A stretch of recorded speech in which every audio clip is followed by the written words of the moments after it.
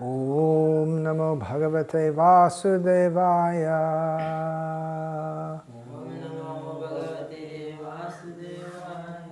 Om Namo Bhagavate Vasudevaya.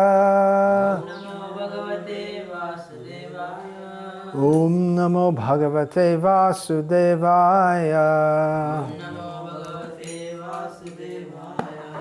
Reading from Bhagavad-gita as it is, translation and commentary by His Divine Grace A.C. Bhaktivedanta Swami Prabhupada. Chapter 2, text number 22.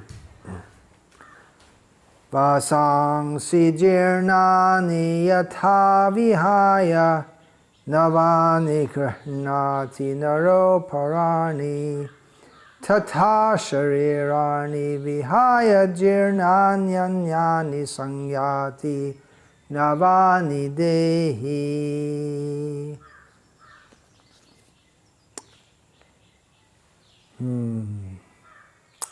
As a person puts on new garments, giving up old ones, the soul similarly accepts new material bodies, giving up the old and useless ones.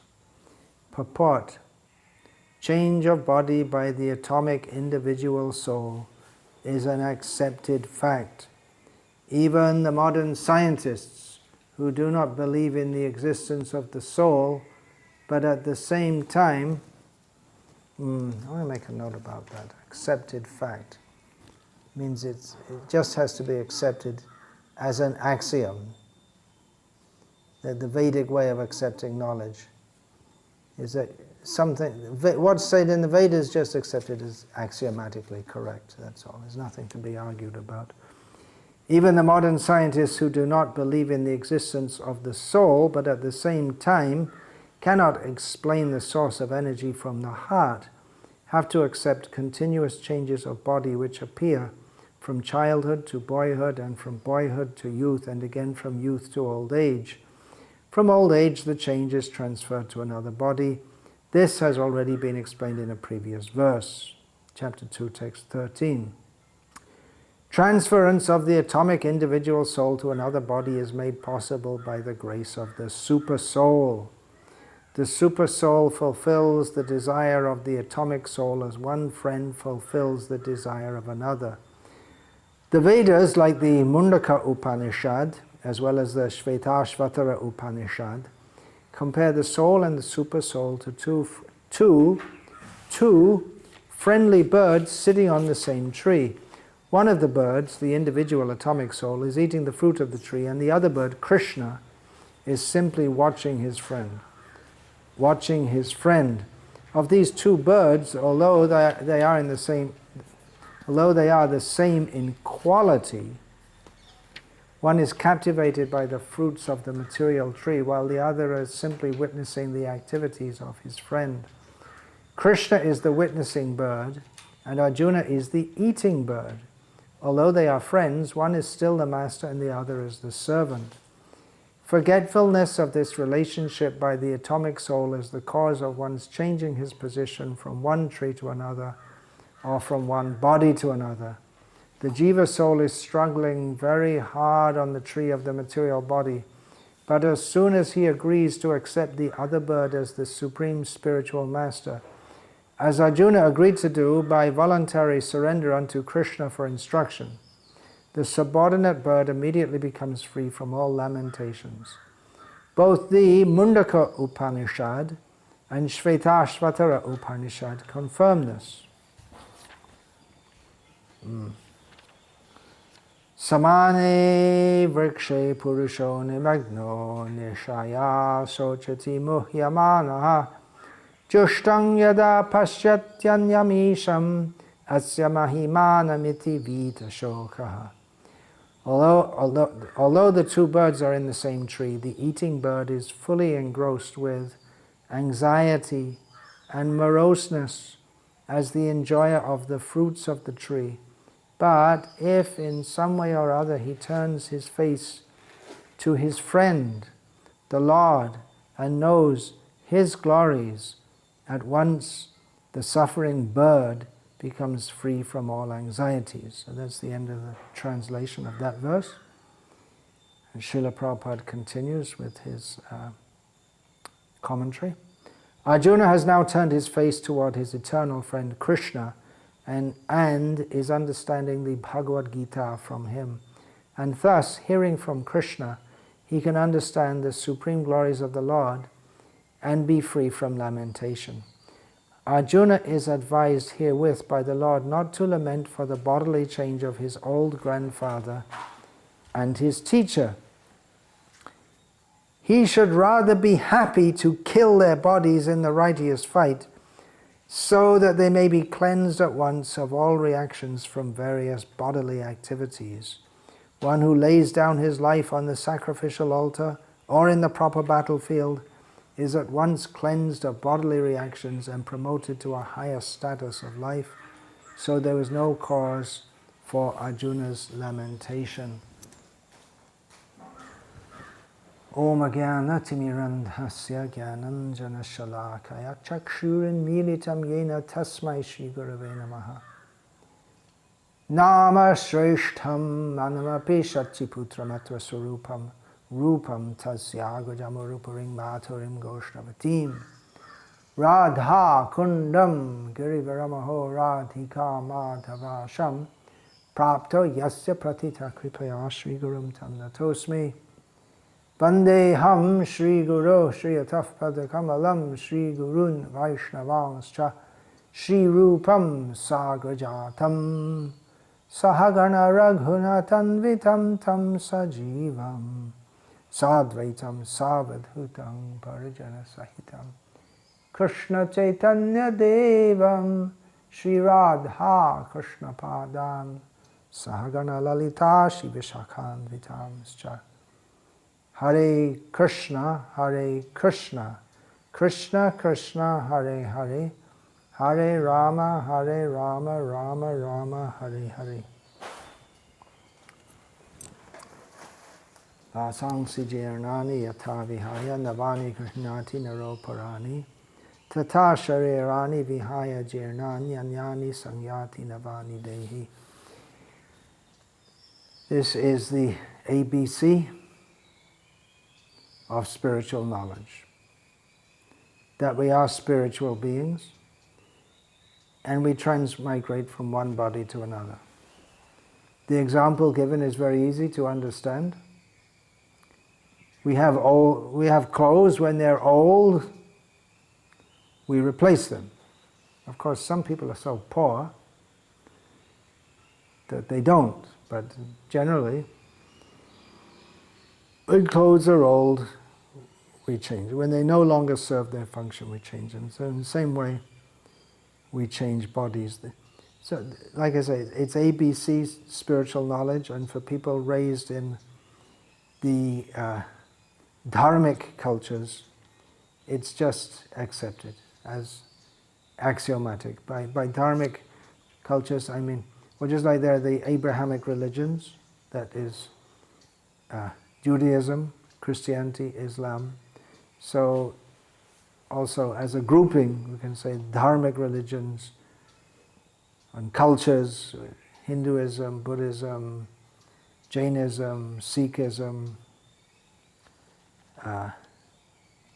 It's accepted. We go to another body. But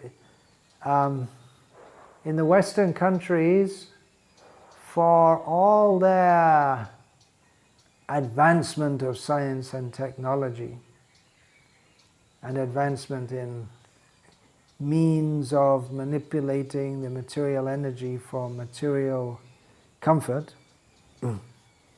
this knowledge was not known.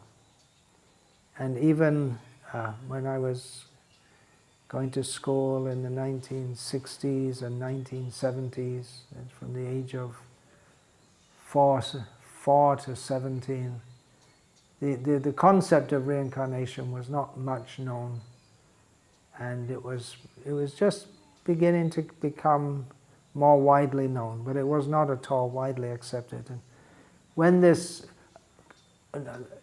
let's backtrack a bit. The concept of reincarnation has always been there in Western culture, despite the Christian church's efforts to crush that or to stomp it out of the consciousness. But there always have been people who accepted that or believed in that. And one of the very few things I remember from my incarceration in school all those years was reading, compulsorily being one of the things we were forced to do, was to read this Shakespeare's Twelfth Night, one of his plays, in which there is a reference to someone says, "Don't kill that partridge, it might be your grandmother."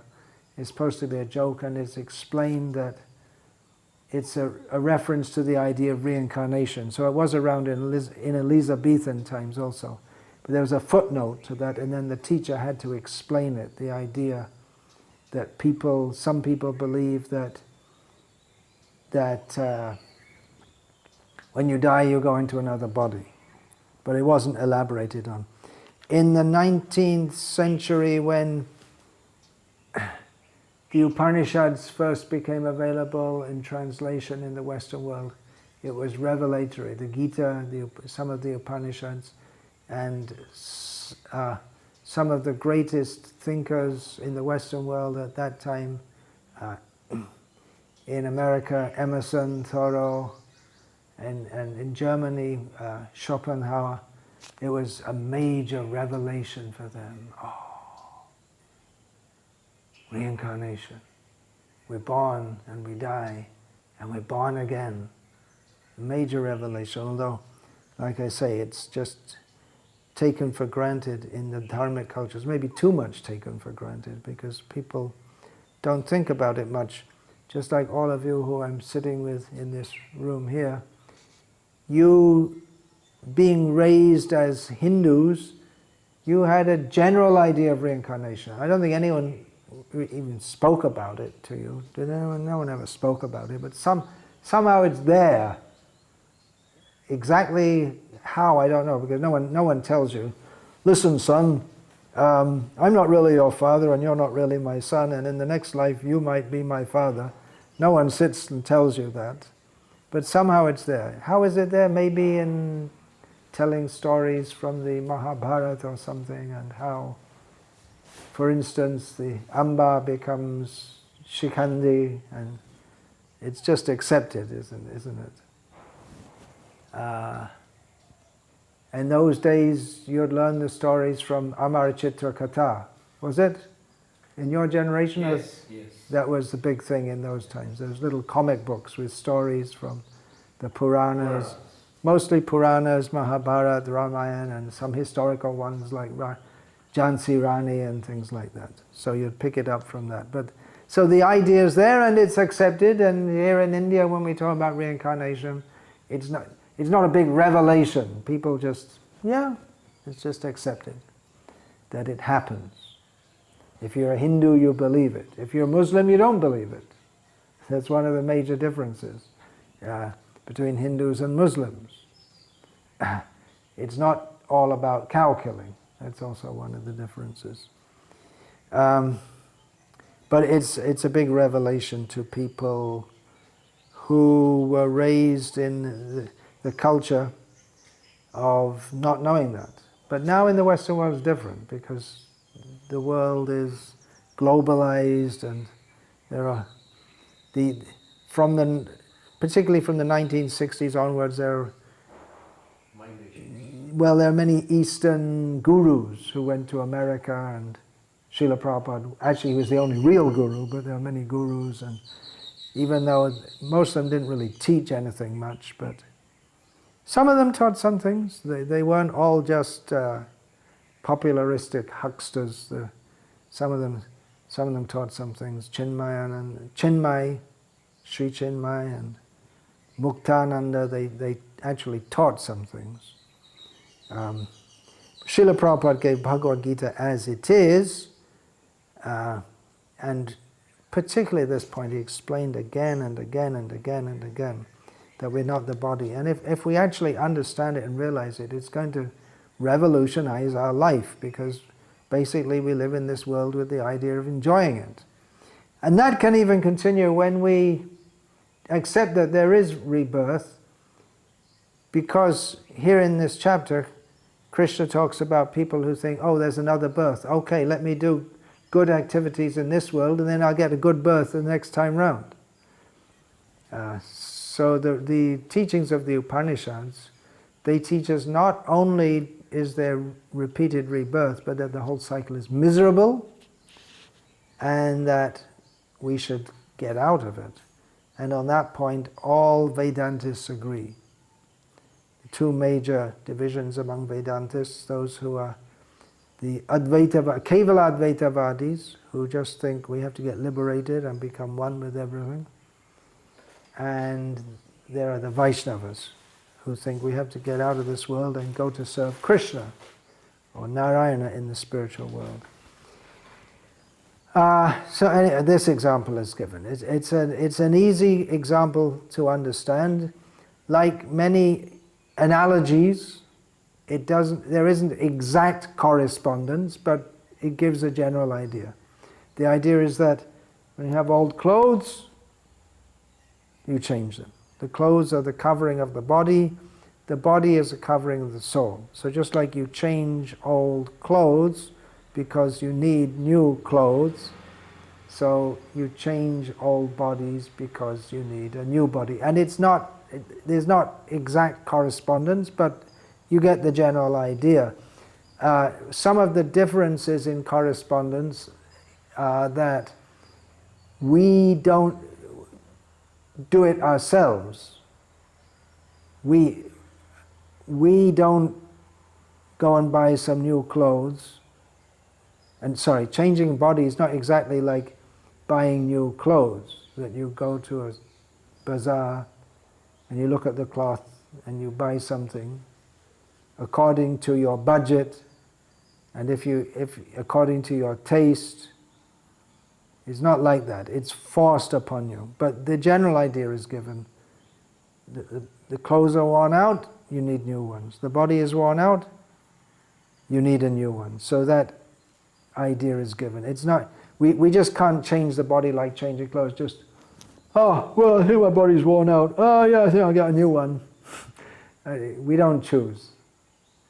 We can, as I was discussing yesterday, we can forcibly leave this body by suicide. But that is not at all a good idea. It's something like taking off your clothes without any new ones to put on, because you don't get a gross body. Then you're stuck in a subtle body. Not at all a good idea. Krishna, prior to this, has given another analogy. No, it's not exactly an analogy. It's a description. It's not an analogy. But another way that we can understand this process of changing bodies, the very well-known verse, Dehinosmin yata dehe kaumarang yovanam jara tata dehantara prapti dhiras tatra namuhyati. Krishna describes what's going on, that the body is always changing, actually. Now, I sat down here to give this talk, let me see, about half an hour ago, and then I waited for everything to be set up and I sang a little song. So about half an hour ago. Now my body's changed since then. In fact, it's changing at every second. Movement means change. If we take a 3D snapshot of my body at any moment, and then come back again another moment later, it'll be different. Externally it looks the same, but the position of the blood cells has changed, the details have changed. And if you say moment, well, what's a moment? Because it's very hard to define exactly. What is time? Time is made up of moments, but there's no such thing as a moment, because a moment is divisible. Anyway, that's a whole other discussion. But the point is that the body is always changing. From the moment of conception,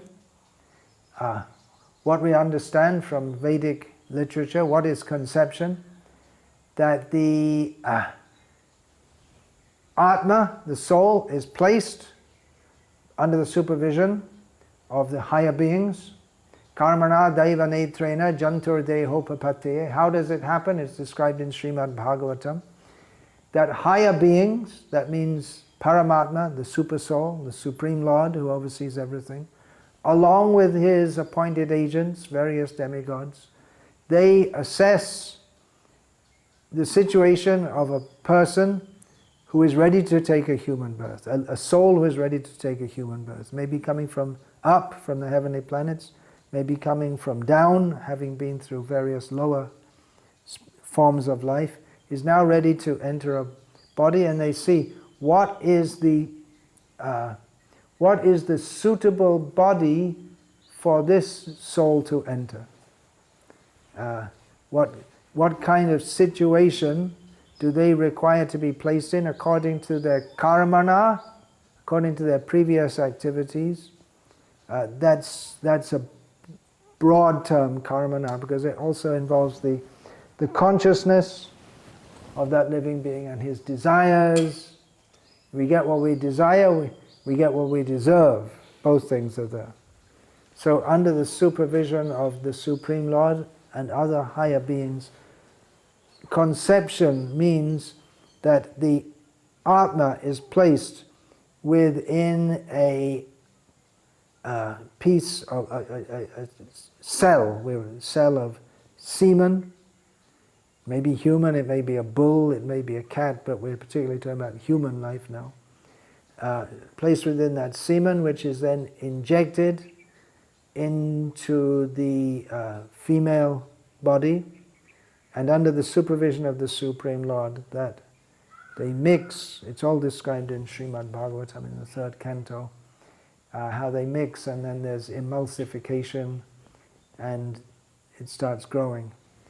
And at the age of 7 months, consciousness awakens. The consciousness has been dull, very dull, like person in deep sleep.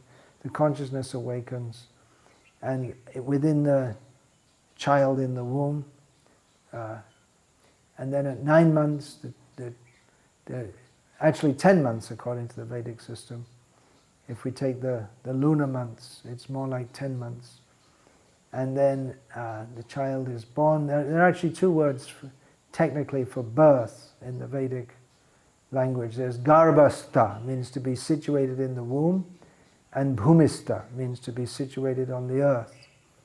So that's why in the Indian system, when a child is born, they call that the first birthday. Now I just had by the Western system, 62nd birthday, and that in the Indian system would be called the 63rd, because your first birthday is the day you're born. So what they call a birthday in the Western system is the first birthday would be the first anniversary. Anyway, the point, so you get a body, right, you got a body. It's a very small body. It's changed from the point of conception to the point of delivery. Massive change. Huge. The biggest change that the body goes through is not death, but between conception and birth. And then rapidly change goes on also after that. So much so that if you see a 2-year-old child and then you come again after 2 more years, you can hardly recognize they've grown so much. It's a common thing that we see a child, maybe a young child, and then we see after 2 or 3 years and it's grown so much and we become surprised. Happens to me a lot because I travel around a lot and meet people with their children. So the child grows up and that's changing means changing. So this verse in Gita gives the idea, or the understanding would be better, the understanding that we change from childhood, change of childhood, and then we go through youth, adulthood, old age, and death is another change. That's all. The body changes, the soul stays the same. And in this verse, dhiras tatra na muhyati. In this matter, persons who are of sober intelligence, they're not bewildered. Everyone in this world is bewildered. He died, or I will die. Everyone becomes bewildered. But one who knows these facts become unafraid. They know we have to die. Everyone should be. The whole point of Bhagavad-gita, or one of the main points, is to make us dhira, of steady intelligence, sober intelligence, and know that someone is dying, I'm dying, everyone is dying. Someone dies, it's just a change of body.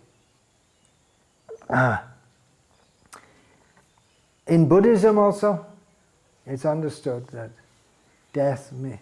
Well, they don't necessarily have the idea of change of body. It's a very complex idea they have in Buddhism about... They accept reincarnation, but they don't accept the soul, which is the basic principle. So it becomes very difficult for them. They talk about a stream of consciousness, but there's no locus of that consciousness, and it becomes...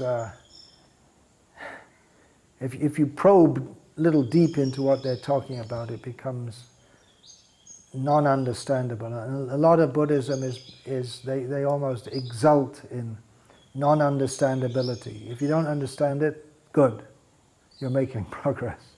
And in Zen Buddhism, they have these koans, of which these paradoxical, contradictory, impossible statements, of which the most famous is the sound of one hand clapping. It's a semantical trick, you could say, or it doesn't make sense, because clapping requires two hands, and the idea you meditate on that until your whole thought process gets messed up, and then when you get this realization that nothing makes any sense, then you get realization. So it's built on mysteriousness, but the Bhagavad-gita teachings are built. It's jnana, knowledge, clear knowledge, clear understanding. In Buddhism, they have to have this mystery and mysticism and mysteriousness, because at the very outset they reject the concept of the soul, or Atma. Soul is the English word used to translate Atma. So if we understand there's Atma, living being, eternal living being, then it becomes very easy to understand how we're going from body to body to body. And we have desire. Desire carries us from body to body to body. So it's a very easy thing to understand. Now, in Buddhism, there's a lot of psychological analysis in the various schools of Buddhism. There's a lot of psychological analysis of the nature of attachment to this world, the illusion of this world, which is, if we study that, that's relevant for all transcendentalists, even on the Vedic path. Much of it is relevant to see how we become attached to this world. There are impressions in our mind.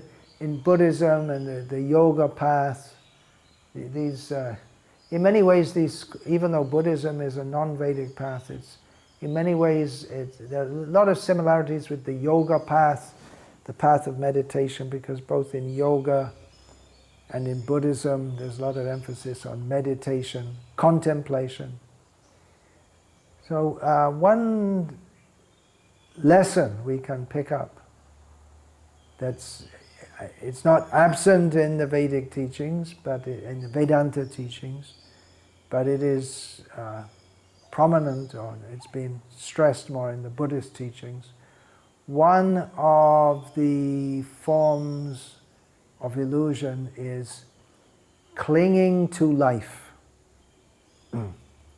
There's something similar we find in the Srimad Bhagavatam, the various kinds of illusion That's mentioned in the third canto, I believe it is, of Srimad Bhagavatam, in which it's discussed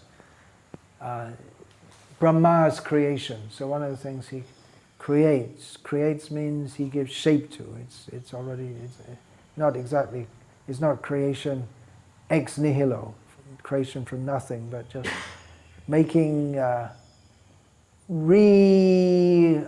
reforming it or bringing it into this world again. So one of them is called Andha Tamisra. Andha means blind and Tamisra means darkness.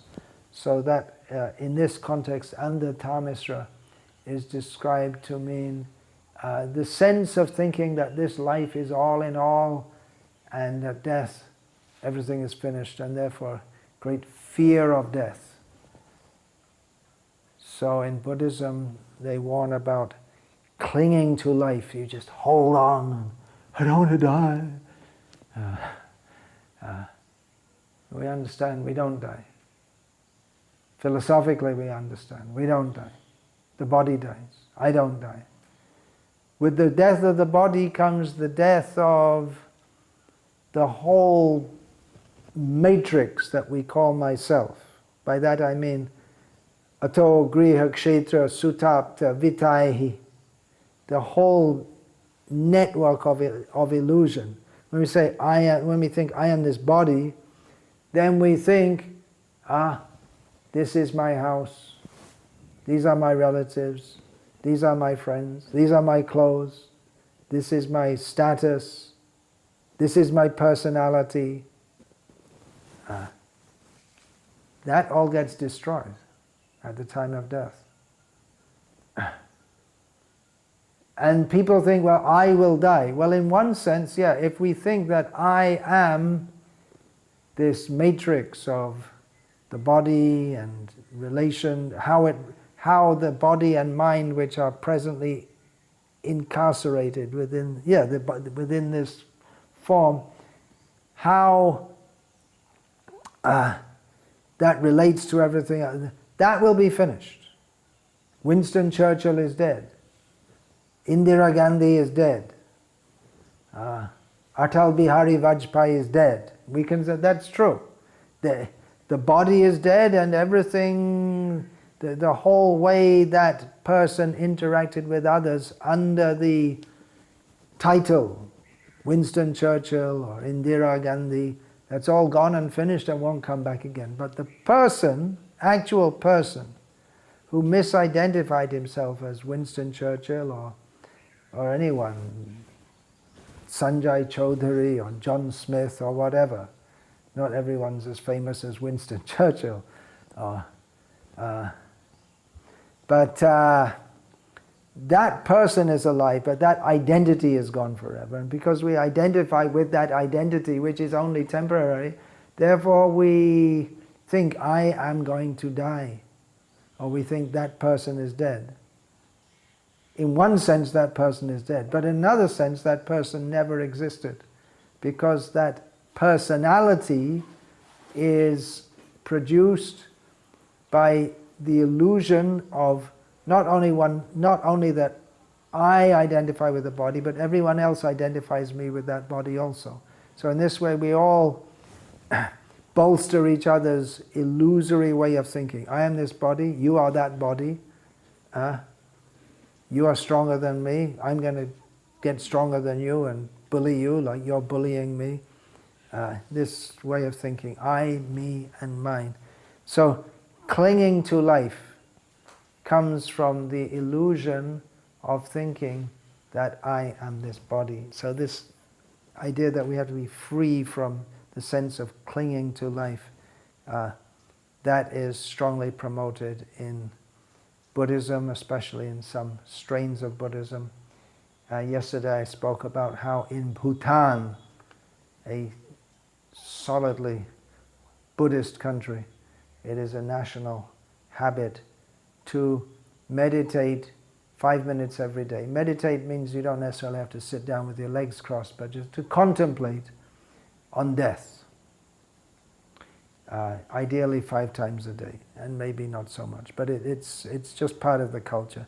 People contemplate death with the understanding, anyway we're going to die. So they recognize it's such an important transition that they meditate upon it. As I was saying, anyway, the body is always changing. But death is it's a major change. It means changing from one body to another, leaving behind one whole identity. If we are overly attached to that identity, we don't relinquish it, then we're in grave danger of remaining as a ghost, because we don't want to give up. We're so attached to that identity. Therefore, in the Vedic culture, the body should be immediately burned. Don't waste any time. If the body dies at night before sunrise, finish the rituals.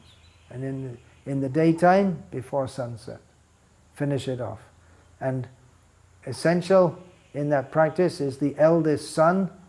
In the Vedic culture, the eldest son, who is so much the object of affection and attention to the father or the mother, the eldest son must light the funeral pyre. So if someone thinks, if the ghost or the soul is hovering around the body, saying, oh, they don't want to leave the body, in the subtle form, they're hovering around the body. But then when they see the sun is lighting the funeral pyre and the sun smashes the skull with a stick, and I think, well, that's a horrible thing to do. Well, that's just to let the ghost know, go. There's no affection for the body. The body is absolutely finished, and the sun is sending you off. The sun is not attached to this body. You don't be attached to that body. Go. Then that makes it easier for them to go. Otherwise, if they stay, they're in a lot of trouble. Then they're stuck as a ghost they may remain for... Practically, there's no end to it. It goes on and on and on and on. They remain as a ghost. So therefore, it's important to be trained in this knowledge throughout life so that we don't remain attached to the body. Otherwise, we remain attached, and either we come back in another body, or we remain, what is the ghost? Thinking that I'm still the body, doesn't accept that he's died. And he goes on acting, but he can't interact with others. Like that. That's one kind of ghost. There are different kinds of ghosts. They're described in Garuda Purana. Garuda Purana is recited at the time of death. That's to be recited, so people will hear and understand what is the nature of reincarnation. Another way you can come back if we're attached is to come back in the same family. That's why the father may come back as his son's son or his son's grandson. He's so attached to that family.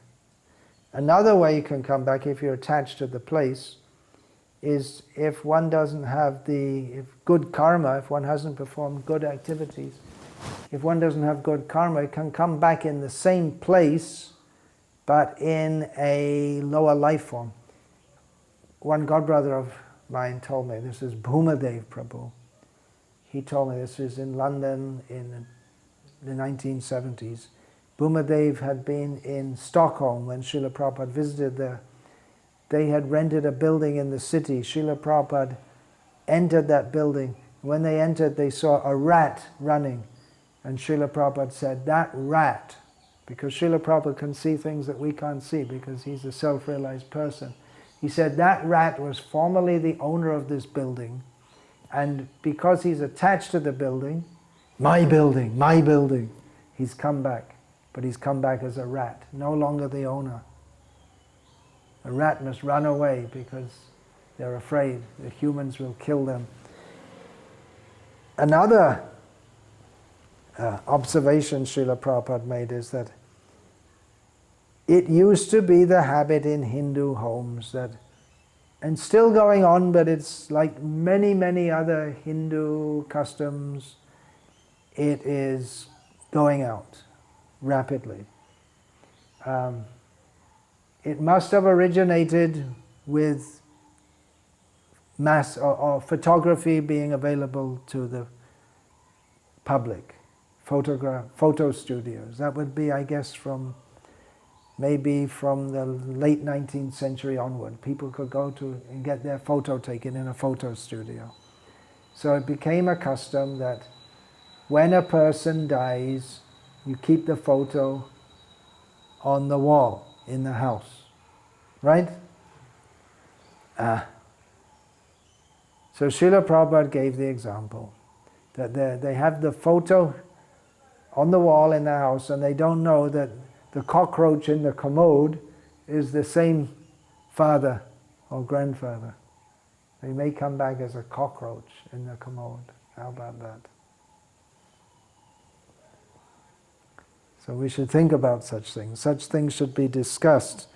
And then don't cling to life. During the 1960s, there are two photos from the newspaper which stick in my mind. And they were very famous, and they're probably among the most famous of journalistic photos ever taken. They're both from the Vietnam War. One is the 4-year-old girl running naked, as children in Asia used to do in warm countries, running naked, screaming. The photo is there. She was running from the village of My Lai, which was a village, I believe, in North Vietnam, as it was known at the time, which the American forces had napalm bombed, so the whole village was burning, and she was running with a look of terror and horror and fear in her face. That was one very famous picture. The other picture was from Saigon, the capital of South Vietnam, and it was a picture of a Buddhist monk sitting cross-legged in the middle of fire. And you could see the fire was, must have been a strong wind, because the fire was blowing. You could see it was blowing in one direction. His whole body was engulfed, and he was just sitting in the famous Buddha pose. What he had done, he'd sat down in a main street in Saigon, poured petrol all over his body, and set fire to himself. And it was a protest against the war that was going on. That was his way of protesting, to burn himself to death. Oh, there's another iconic picture of one in Saigon also, I believe, of one prisoner tied up with having a gun at his head and being shot, just before he shot, and the look on his face of total, I don't know, what's the look, what's the word you can say. But anyway, I'm particularly talking about this Buddhist. He was not clinging to life. He was showing that he had transcended the sense of pain and attachment to the body. He wanted to make a statement, and he certainly did. He made a very strong statement about the war and how wrong it is.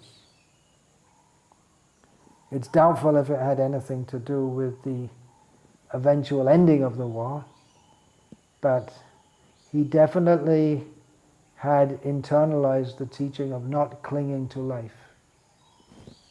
He wasn't attached to staying in the body. He felt that making that statement was more important than remaining within the body. That's a very dramatic way to do it, and again, in our Vedic culture, it's not recommended. There are many things, many things we could protest about the wrongs going on in the world. That's not the way to do it. Not according to Vedic understanding, but anyway, because human life is meant for, God realization. Suicide is not recommended, even for a higher purpose. For the Kshatriyas, Sukhina Kshatriya Partha, what is that? Labante Yudham Idrisham. The Kshatriyas, here in Bhagavad-gita we find, they become happy at the opportunity to fight because Swagadaram Apavritam, the gates to heaven are open for them. That's not exactly suicide, that's going to face the high possibility of death by fighting for a good cause. But suicide is not at all recommended. Very bad idea. Not clinging to life, knowing I have to go. Not being afraid. I can cite a couple of examples from the Western world even. One is of my paternal grandmother. I remember visiting in hospital when she was dying of cancer, and she said, "I'm not afraid to die, I've lived a good life." Now by her understanding it was a good life.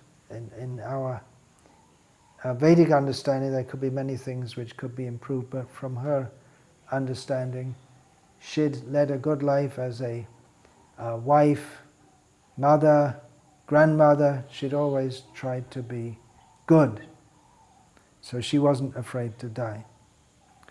Another one is of someone who's not dead yet. One of my godbrothers, Manida Prabhu, told me his father is well into his 80s and from time to time apologizes to his only child, Manida Prabhu, that I'm sorry I'm not dead yet. Because he knows he's got nothing to live for, there's nothing in particular to live for, and it's troublesome for the younger people. Of course, in proper cultures, it's not seen as a burden. It is a burden, but no one thinks of it as a burden for the people to look after the old, dying people. And the dying process can go on for many years. It can be that someone's bedridden for 20 years before they die, and they have to be fed, washed, and everything. It may go on for years, but traditionally that's in the home. And then the young children see from the very beginning. From the very beginning, you don't have to give them classes and lectures and talk about the nature of old age and death. They see it, especially in a joint family, you'll see. And in a joint family it's easier to look after old people, it's easier to look after young people, it's easier to look after everyone. Joint family is a great idea, but somewhere along the line people got a better idea, which was a worse idea. So there's just a couple of examples from the Western countries where there's no idea of reincarnation among those two people I mentioned, my paternal grandmother and, well, Manida's father must have some idea from him, but probably doesn't take it very seriously. But they understand, yeah, I'm going to die. And yeah, they're not disturbed by the thought of that. Srila Prabhupada himself said, don't hospitalize me. I feel the same way myself, that yeah, when the time's to come, you got to go. That's all. Don't cling to life. Of course, I'm saying that now, but that will be tested later on. Probably. There could be a sudden death also. It's relatively easy to say, yeah, I'm not afraid of death. But to be free from fear of death is actually, it's not so easy. Not so easy. That strong attachment to the body. Even someone may have theoretical understanding, I'm not the body, and may live and act on that platform throughout most of their life, as I have, by Srila Prabhupada's mercy, for the last 44 years. I've been acting, living my life with the understanding that I'm not this body, but still, it has to be tested. how much I'm detached from the body. Sadhan kara, what is that? Bhajan kara, sadhan kara, marte janle hoy, the Bengali sing. At the time of death, all one's practices, spiritual practices. Then we'll see.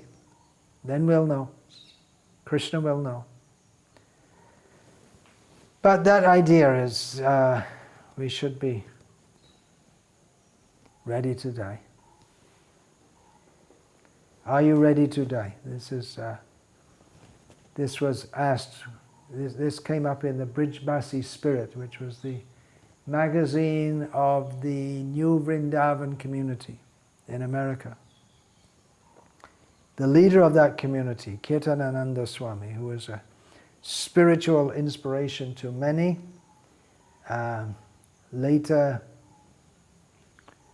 his life took a different course, but he was a spiritual inspiration to many. So it was reported in that magazine. Again, I'm remembering this from the 1970s, must be. There was a meeting of devotees, Ishta Goshti, it's called, a meeting of devotees to discuss various spiritual topics, and he posed this question to all the devotees present: are you ready to die? And he would ask them one by one, are you ready to die? And most of them said, no, I need more time. I need more time to be ready. Ready means ante Narayana smritihi. We have to remember Narayana at the time of death. Are we ready? Are we pure enough? Have we done our sadhana nicely so that we can remember Krishna? Are we pure enough to go to the spiritual world? Well, most devotees said, no, I'm not ready. I need more time. Some devotees said, well, maybe. And then he himself said, I'm not ready. I have so much work, so much service to do for Srila Prabhupada. That was his reply, giving a different perspective altogether. We see in the case of Ajamil, he lived a sinful life, most of his life. When he was about to die, he got a reprieve. He didn't immediately go to the spiritual world. He was given extra time to live so that he could prepare himself to die. Bharat Maharaj, he left this world, became a deer. He was in that deer form. He was given the human-like consciousness of remembering his previous life. And then that consciousness of his two previous lives was carried into his second birth after Bharat Maharaj, in which he was again called Bharat, this time Jara Bharat. He deliberately appeared to the world as if he was useless and crazy, because he didn't want to interact with the world.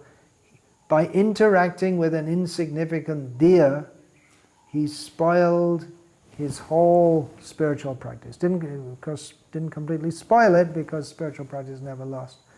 But the purpose for which he'd given up his kingdom and gone to the forest was at least temporarily undone. So he didn't want to interact with anyone and have attachment to anyone or anything, and he appeared to be like a madman. Eventually he did, out of his compassion, speak and give spiritual knowledge to Rahugana Maharaj. But the point I'm making here is that he was given another chance. So Jamil was given another chance. They were lucky in that sense. Lucky means Krishna's mercy in that sense. For many of us it may mean, if we're not ready, then we have to get born again. How many times do we have to get born again? If we're here in this Krishna consciousness movement, it's very likely that we were practicing Krishna consciousness in a previous life, because tattvatang buddhi sangyavakam lavante paurvadehikam. A yogi who is reborn tends to, at some point in his life, pick up from the spiritual practices of his previous life. But we shouldn't think, oh, I was a devotee in my previous life. That means we failed, we blew it. We didn't make it in the last life, so we should be determined to make it in this life. As far as myself is concerned, I feel like that. When it's time for me to go, let me go. All this hospitals and tubes and injections. Of course, I have been doing that in the last few years more. Practically, I didn't see the inside of a hospital for many years, but more so in the last few years with one thing after another. But medical problems. But there comes a point when you just have to let go. Practically, I could go now in many ways. I feel that in some senses, what I have to do in Srila Prabhupada's service, well, especially in this matter of, there are several of my disciples who have imbibed what I want to give to them on behalf of Srila Prabhupada, and they will continue with that. The preaching in this way, the farm communities, that will go on. Of course, there are many more things I'd like to do. I have many books to write. I really want to get at least some of those books which I've started. I'd like to see them finish this. There are many things in preaching which I would like to do. I should do before I leave this body. There are many more things I could do. But one important lesson to impart to disciples, apart from getting myself, there's just the matter of actually fixing the mind on Krishna. That's the main thing, to be ready to die. But one thing which Srila Prabhupada taught us is also the art of dying. How to die remembering Krishna. Now there used to be a chapter in the Science of Self-Realization called the Art of Dying. It's not there anymore. I didn't ask about it, but my good friend, I don't see him much, but he's very senior devotee in England and very respected for the service he's done for so many years in being the man behind the scenes and doing so much hard work for so many Rath Yatras all over England. Titikshu Prabhu. He was running a center in Liverpool in England. What a great city for preaching. He was running a center there, so I visited him there once. And he told me that he was distributing books in Liverpool, Srila Prabhupada's books. And police saw him. Used to be when we see the police, we think, oh, now they're coming to arrest us, or at least throw us out. But nowadays, mostly throughout England, we don't get harassed by police. They see us, they know we're distributing books, and they think it's okay. So anyway, one policeman saw him distributing books, and he said, show me those books. What books do you distribute? He said, you distribute any books you like, but don't distribute that one book, The Science of Self-Realization. Don't distribute that book. And he said, why? And the policeman told him that, you see, we recently had a case. Someone jumped out of a high-rise building. There are many high-rise, not by American, very high, but these residential apartment blocks. So we recently had a case, someone jumped out of the window from a high apartment block to commit suicide. And inside the room where he jumped from, there was this book, The Science of Self-Realization. And it was open in this chapter, The Art of Dying, in which it was stated that if you die remembering Krishna, then you achieve the perfection of life and you don't have to get born again. So this probably somewhat deranged person, there are plenty of deranged people in merry old England. A lot of people taking drugs and stressed out. And well, So it was the police connected his reading that. They thought he must have read that and thought, okay, I'll remember Krishna and jump out of the window. So he said, don't distribute that book. And maybe for that reason that chapter is not there anymore in the Science of Self-Realization. The Art of Dying, or maybe it's titled. So there is an art of dying by remembering Krishna. Srila Prabhupada perfectly showed us. Srila Prabhupada's dying, of course a Vaishnava doesn't die, I'm using the word in a conventional sense. A Vaishnava doesn't, we don't say a Vaishnava dies, but he shows us how we should prepare for death, and Srila Prabhupada perfectly did that by remaining in totally Krishna consciousness throughout the final months of his sojourn in this world among us. So it doesn't look good if a spiritual leader appears to be overly attached to the body and making so many arrangements and like this, as if they are afraid of death. A lot of money spent, devotees' time and energy to look after them. Otherwise we can take the standard, the indication from Krishna. Time to go? Go. All right, now time's up. Otherwise, it may become almost like a standard for devotees that everyone has to cling on to life and keep the body going. The spiritual leaders have to show the example like this, and it may seem that the devotees, if they have money, they use so much money for clinging on to life. Now, of course, there may be some exceptional cases of devotees who really have a lot to offer and a lot of things to do in this world.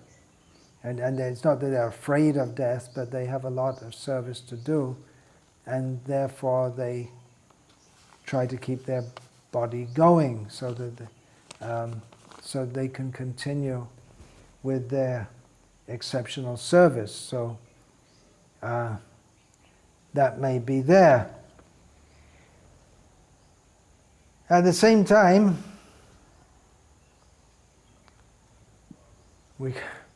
there's a saying of another great figure of the 20th century who most people in the world nowadays have probably never heard of unless they're from France, Charles de Gaulle, the great Second World War leader of France, and then politician leading France, who he said, the graveyards are full of indispensable men. It's a funny saying, isn't it? They're indispensable, well, they're dispensed with. Time has dispensed with them. So no one's indispensable. Who could have been more indispensable than Srila Prabhupada? We couldn't imagine what Krishna consciousness was like without Srila Prabhupada, because he was our leader in all respects. We looked to him for everything. Even though Srila Prabhupada had made sannyasis, giving sannyas means giving official recognition so that people can look up to spiritual leaders. He'd made the GBC. He'd made provision for the movement to go on after his passing from our mortal vision. But still, even though Srila Prabhupada in one sense wasn't really doing much for the last few months, he wasn't traveling around the world and hardly translating, but still we all felt that Krishna consciousness means Prabhupada, and the ISKCON means Prabhupada, and we couldn't imagine what it was like. And actually for weeks after Srila Prabhupada passed away, the subject matter of the classes, day after day after day, in the temples, at least where I was in Calcutta a lot of that time, and the classes, day after day after day, the classes were being given. Yes, we have to go on, we can go on, we have to remember Prabhupada's with us. It was a real shock and a traumatic experience. It didn't go very smoothly, actually. The chanting went on, the artis went on, the book distribution went on, But really, in hindsight, if Srila Prabhupada had stayed, then we might have been saved from some of the disasters which our movement went through. The disaster began practically as soon as Prabhupada left. We didn't see that exactly. It didn't fructify until a few years later, but having 11 gurus who were worshipped as good as Prabhupada later turned out to be a major mistake. A mistake of immaturity, overestimating our spiritual adhika, eligibility, maybe done in good faith with the idea that, well, we have to do the needful to carry on Prabhupada's movement. People need gurus. Whatever it may be. It seems that if Prabhupada had stayed, we wouldn't have made such a mess. But anyway, for whatever reason, Krishna called Srila Prabhupada, and we had to learn, and I hope we learned, and anyway, the movement's going on, but if anyone was indispensable, it was Prabhupada. That's the point I'm making. Trying to make here. It's a very delicate point to make.